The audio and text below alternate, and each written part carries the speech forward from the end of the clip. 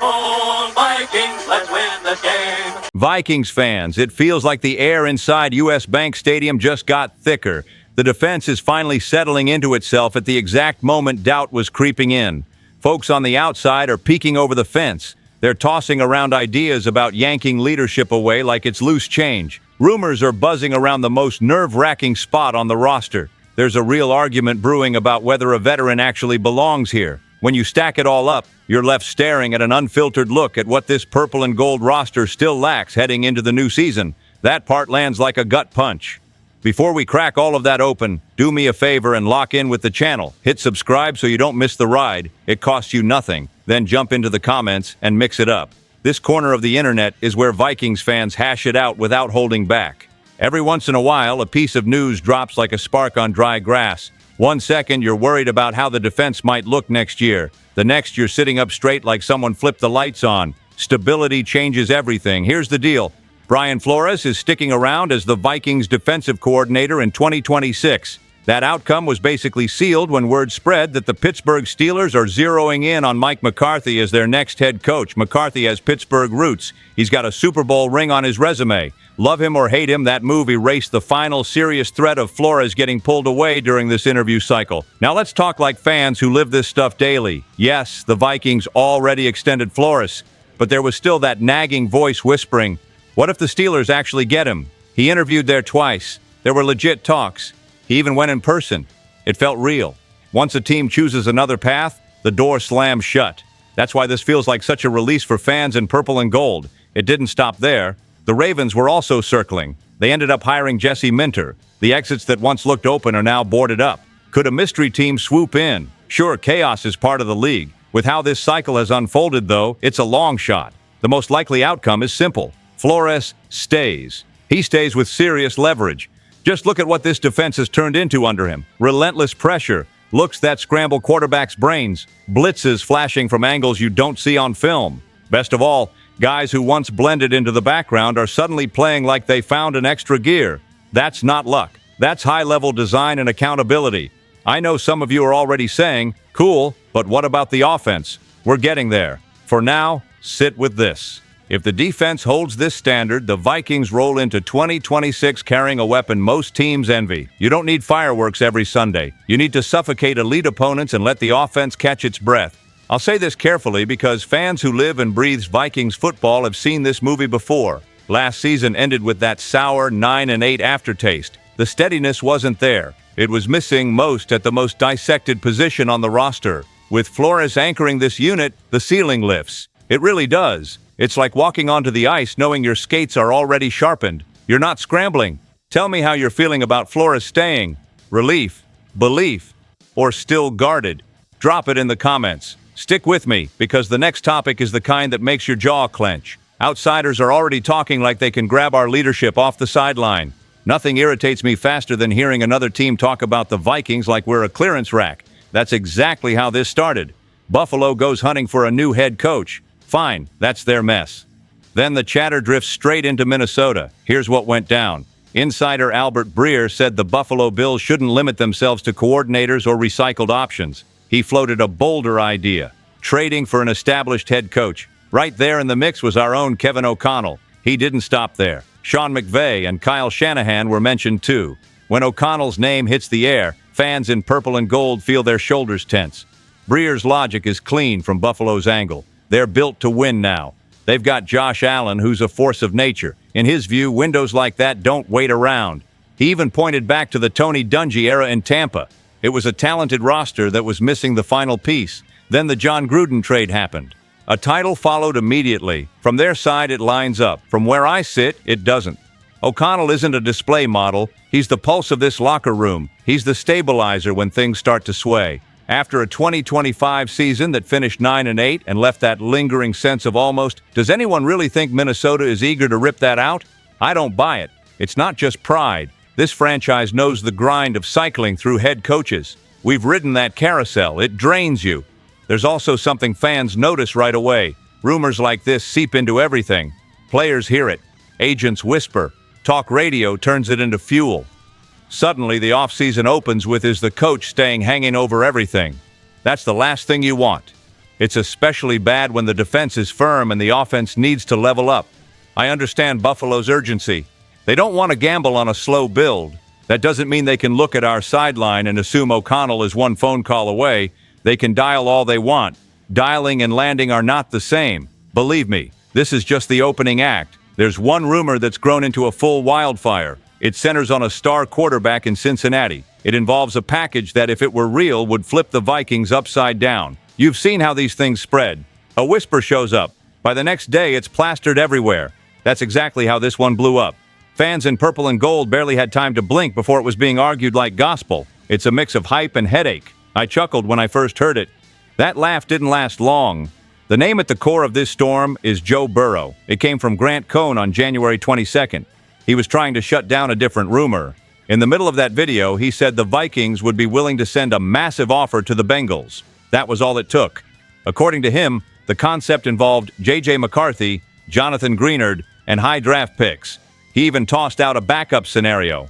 That one included a veteran coming back. True or not, talk like that scrambles a fan's brain. Cincinnati responded with absolute frost. Bengals insider James Rapien snapped back. He said he was more likely to play for the Vikings in 2026 than Burrow was. End of discussion. That was a bucket of cold water. It was also a clear sign of how that camp views the rumor. Not real. At least not now. This is where Vikings fans have to level with themselves. Quarterback is the axis everything spins on in Minnesota. J.J. McCarthy heads into 2026 carrying real weight. Analysts have pointed out his biggest edge this offseason. He isn't rehabbing. That matters. It doesn't solve everything. The 2025 stat line was tough. A 72.6 passer rating, 1,632 yards, 11 touchdowns, 12 interceptions, 10 games. There's room to climb. Nobody can pretend it sparkled. That's why part of what Kyle Rudolph said resonates with me. He thinks the Vikings need a veteran in the room to compete, not to bench McCarthy, to challenge him, to sharpen him. Teams with real aspirations don't just hand over the wheel and hope the road stays smooth. Let me say this cleanly. This roster has players in their prime on both sides of the ball. You can't burn that waiting on a miracle. Straight talk, no theater. The odds of Burrow actually hitting the market feel tiny. The ripple from the rumor is real, though. It shines a light on the fact that the franchise knows it needs a sturdier quarterback plan. That's the real message. Where are you on this? Bring in a veteran to push JJ, or does that invite trouble? Drop your take in the comments. Hang tight, because the next story already has people calling a certain familiar quarterback a disaster waiting to happen in Minnesota. Yeah, I've got opinions. Certain names hit the fan base like a dropped plate. Instant noise. Honestly, I understand why. This isn't some fringe guy. This is serious ability mixed with serious risk.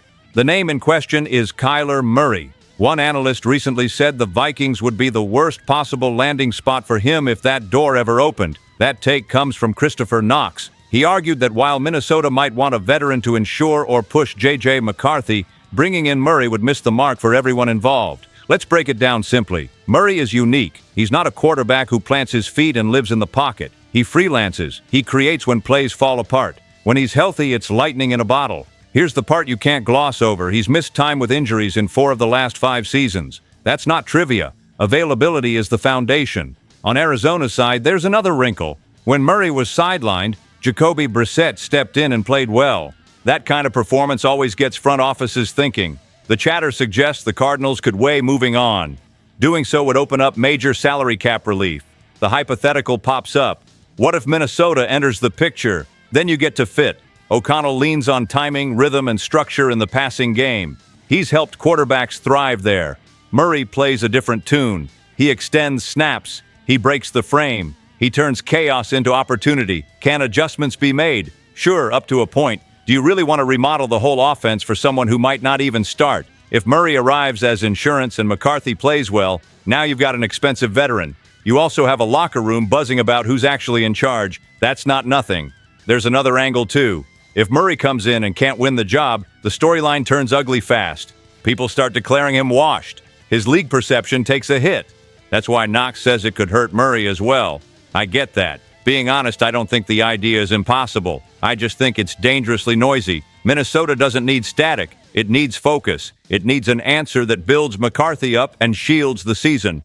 Not a quarterback room that feels like reality TV. Just thinking about it tightens my shoulders. If the front office wants a veteran, I understand the theory.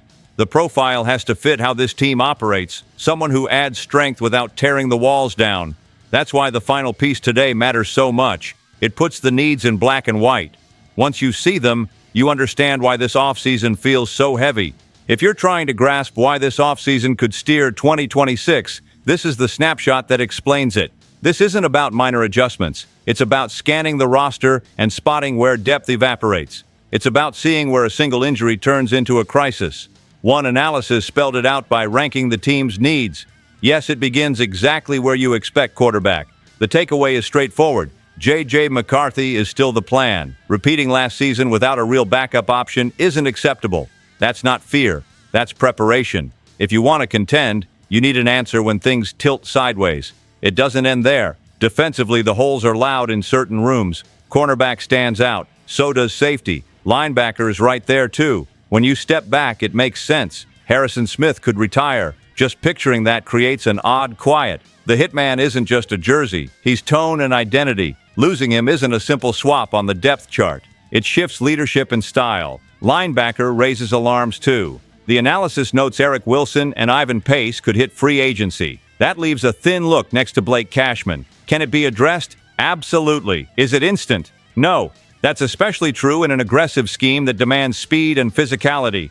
The part that makes me uneasy is the category of spots that could suddenly jump to the front. Veteran contracts may become cap casualties. The names carry weight. Aaron Jones, Ryan Kelly, T.J. Hawkinson. Up front on defense, Javon Hargrave and Jonathan Allen. If one of them goes, that group becomes an issue overnight. We all know how quickly that spreads. There are also the so-called minor needs that aren't minor at all. Jalen Naylor's contract is up. That leaves a question at wide receiver 3. Then there's the retirement of C.J. Ham. He was a leader and a special teams anchor. Some teams barely use a fullback. Losing someone like that still ripples through a locker room. Culture isn't a buzzword. It's real. In the end, it all circles back to the earlier stories. A defense holding firm. An offense that needs smarter choices. A purple and gold roster that's closer than outsiders admit. I say that, then immediately think about the cap. That's the line between being comfortable and being dangerous. This off-season's decisions will show who's ready to defend the North. No speeches needed. This is the moment where everything snaps into focus. A defense with real continuity. A head coach respected league-wide and steady at home. Quarterback rumors exposing the pressure cooker. Honest debate about offensive direction. A roster sitting a few choices away from leaping forward or burning another year. I'm going to voice what many fans in purple and gold feel but don't always say. The Vikings aren't far. They're on the edge of a knife, close to nailing it or blowing it. This offseason won't be kind to hesitation. Every move will be judged with January eyes, not September ones. There's no more punting decisions down the road, no more hiding behind next year. Anyone who lives and breathes Vikings football knows that. This moment calls for guts, clear evaluation, and honoring the identity that's been built. The talent is here. The culture is here. The missing piece is sinking it all at the right moment. Now I want to hear from you. Drop your take in the comments. This space belongs to everyone who lives and breathes Vikings football.